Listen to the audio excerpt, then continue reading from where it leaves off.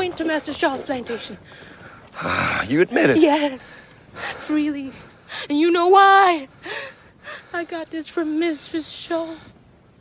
Mrs. Stubbs won't even grab me no soap to clean with. I stink so much to make myself gag.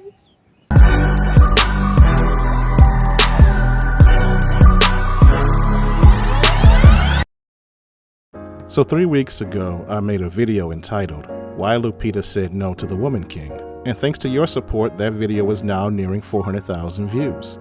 And I also like to add that 99% of those responses were positive. But there were a few people who didn't understand the assignment. Their response to that video was, but Lupita was in 12 Years a Slave, foolishly operating under the assumption that 12 Years a Slave and the Woman King are somehow similar. That an actor playing a member of the Agoge warriors who were slave traders is the same as playing the role of an actor who was a victim of slave trading.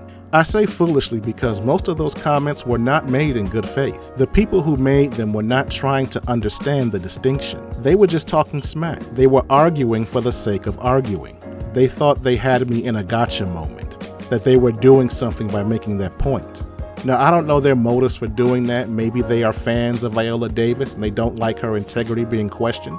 Or maybe they are fans of the movie and they're carrying some sort of shame for supporting it. And maybe there are some people who genuinely don't understand the difference. Whichever the case, I'll be more than happy to explain why. So what's the difference? Why is 12 Years a Slave okay and the Woman King not okay? First, let me say slavery is a reprehensible act. And all of those who owned and sold slaves have a special place reserved for them in hell. And history should reflect their evil. We should accurately remember them for who they were.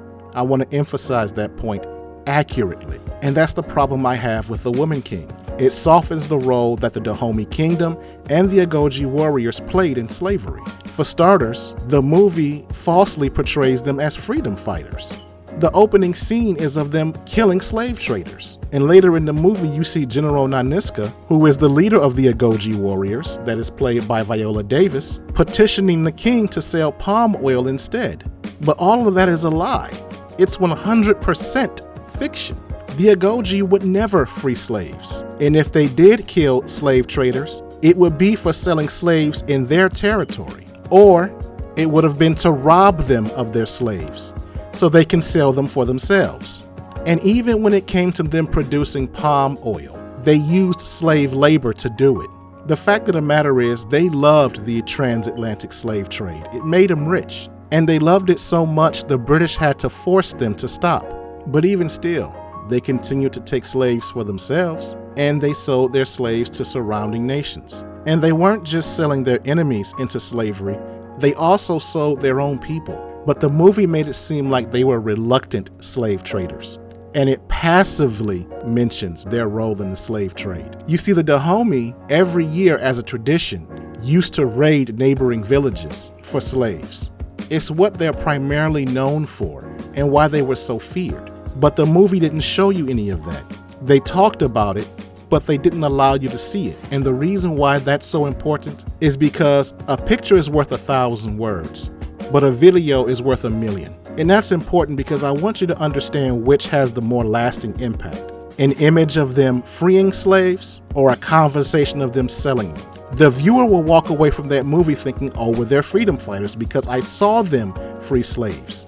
Because the video or the image has a more lasting impact. That's what I mean when I say the movie softens their role in slave trading. The bottom line is, the Woman King romanticizes the Agoge. It makes them look like anti-slavery heroes, and it makes them look like the good guys on the issue. That's the problem I have with the movie. That's why it's not okay, because the movie is a lie. 12 Years a Slave is the complete opposite of that.